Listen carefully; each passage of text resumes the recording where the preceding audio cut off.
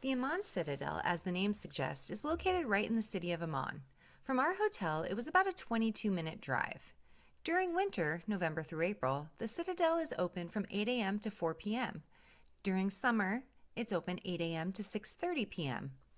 And in April and May, it's 8 a.m. to 5:30 p.m.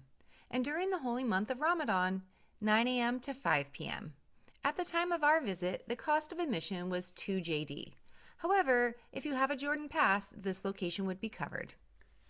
The Amman Citadel is an open-air museum that takes visitors on a journey through history, showcasing relics from different civilizations that once thrived in the region.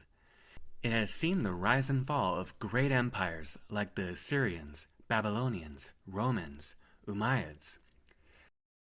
This historical site has connections to biblical deities such as Milcom and endured countless wars and natural disasters. The Citadel is home to Jordan's first National Archaeological Museum, which displays incredible artifacts such as pottery, statues, and coins from Amman and other archaeological sites across Jordan. To help illustrate a few of the highlights, we are going to be utilizing a map from the location. From the parking lot, the first stop is the arrival gateway, where you'll find the ticket office and restrooms. Continuing along the path from the ticket office, if you take the first left, you will discover the Temple of Hercules, one of the Citadel's most famous landmarks. Built by the Romans, only remnants of the temple remain, including the famous hand and arm of a giant Hercules statue. You can also see two complete columns, each standing 30 feet tall, and ruins of other columns. The temple was originally built on top of an earlier structure believed to be dedicated to the Ammonite god Milcom. It should be noted that the city of Amman directly derives its name from the ancient Ammonites, which literally translates to the sons of Ammon. If you look a little off the far left corner of the temple and behind you to the right, you'll see the remains of the edges of this former sacred precinct. Surrounding the larger perimeter would have been porticos towards the temple.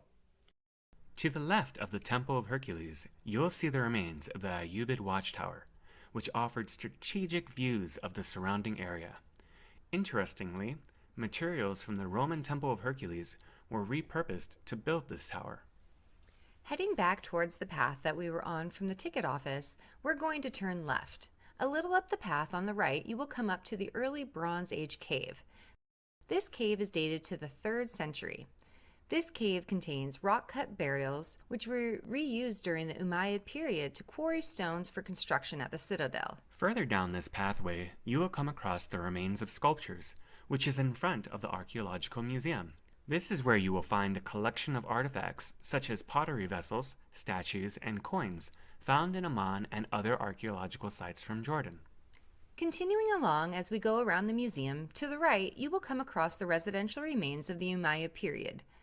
Adjacent to these ruins is the former Umayyad Mosque, which had unique vaulted ceilings, a feature not seen in the region before the 9th century. Behind the mosque, before the path veers off to the left, is the area believed to be the marketplace, with various sections for merchants. Following the path that veers left, you will come across another area believed to have been used as residential units to your right. Continuing, towards the end of the pathway, you will reach the ruins of the Umayyad Audience Hall and Throne Chamber. This area includes a potential throne room with a mosaic floor, side rooms, and a possible storage area for ceremonial items. Moving forward along the path, we'll next come across the North Temple Wall and the colonnaded street. This pathway once connected the entrance hall to the inner palace complex. Access to the street would have been restricted with gates at each end. Along this section, on both sides, were areas considered to be residential units.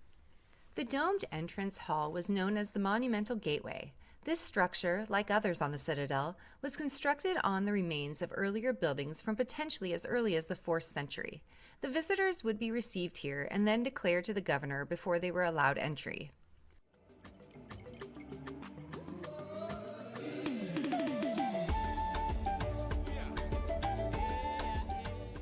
On the other side of the monumental gateway is a courtyard, where on either side you will find the ruins of former souks or spaces for merchants.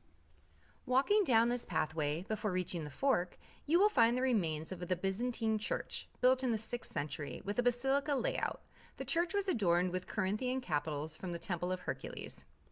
At the fork in the path, if you take a left and head around the back of the church and follow the path all the way down, you will reach the cistern.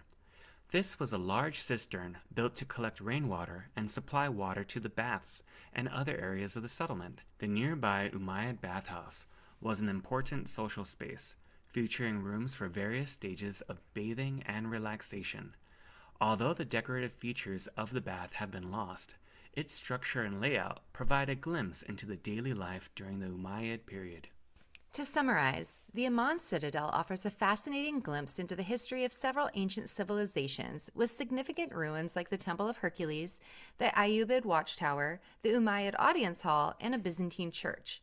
Visitors can explore the site's museum, remnants of homes, markets, a former palace, and religious structures, and learn about the advanced water systems and bathhouses used by the people who once lived there.